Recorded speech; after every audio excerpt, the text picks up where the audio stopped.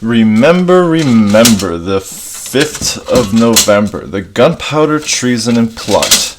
I can't think of a reason why the gunpowder treason should ever be forgot. So more than 400 years ago, in the year 1605, there was a group of conspirators who tried to assassinate the King of England, King James I, by blowing up the Parliament with gunpowder. This is known as the gunpowder plot. Now, the gunpowder plot failed when Guy Fawkes was discovered along with the gunpowder that was supposed to be used for the explosion.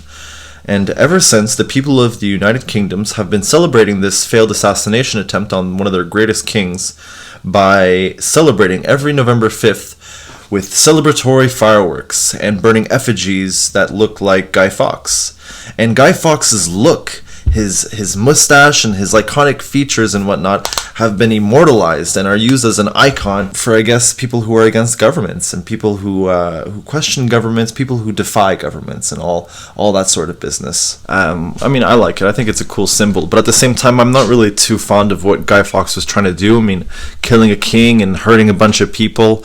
I'm not all about violence. And if his face, that mask, his image, encourages people to challenge or even just defy their governments, protesting them in a peaceful manner in such a way that they can get positive outcomes out of it, then I think that's really good. I think that's really important, especially for a year like 2020. I mean, I've never seen governments exercise so much power. I mean, as somebody who enjoys history, I think it's very important to keep in mind that when governments take power like this, or in any case, the more and more power a government takes, it doesn't always end up good for the citizens, for the people.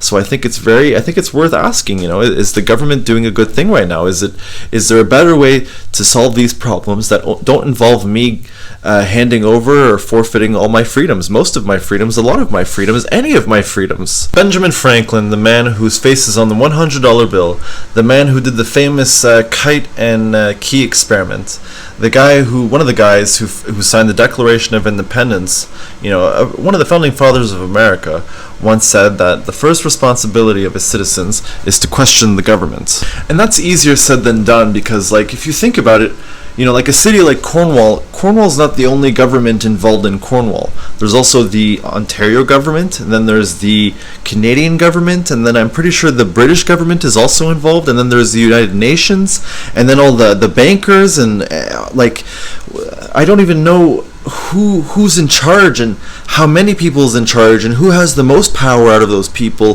There's so many questions that I would have to ask. Another thing that Benjamin Franklin said was that those who would give up essential liberties to purchase a little temporary safety deserved neither liberty nor safety.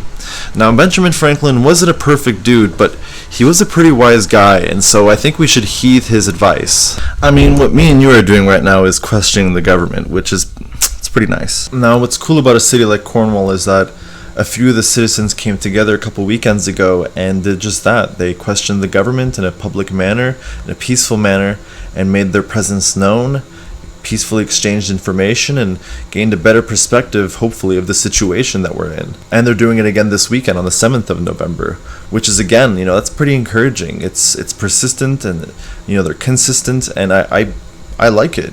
And I do my best to wear a mask in public. I also don't have more than the legal amount of people allowed at my house. So, I mean, I'm trying my best. I don't want to get my grandmother sick. I don't want to get anybody sick. But at the same time, I have family members who don't currently have jobs right now because where they would normally work is closed. And I feel like some of them are going crazy because of this, and I feel like a lot of people are going crazy because of this. It's you almost feel like a prisoner without your liberties. You know what I mean? But then that's the whole problem. It's some people are like, no, it's better to have no freedoms than to be dead.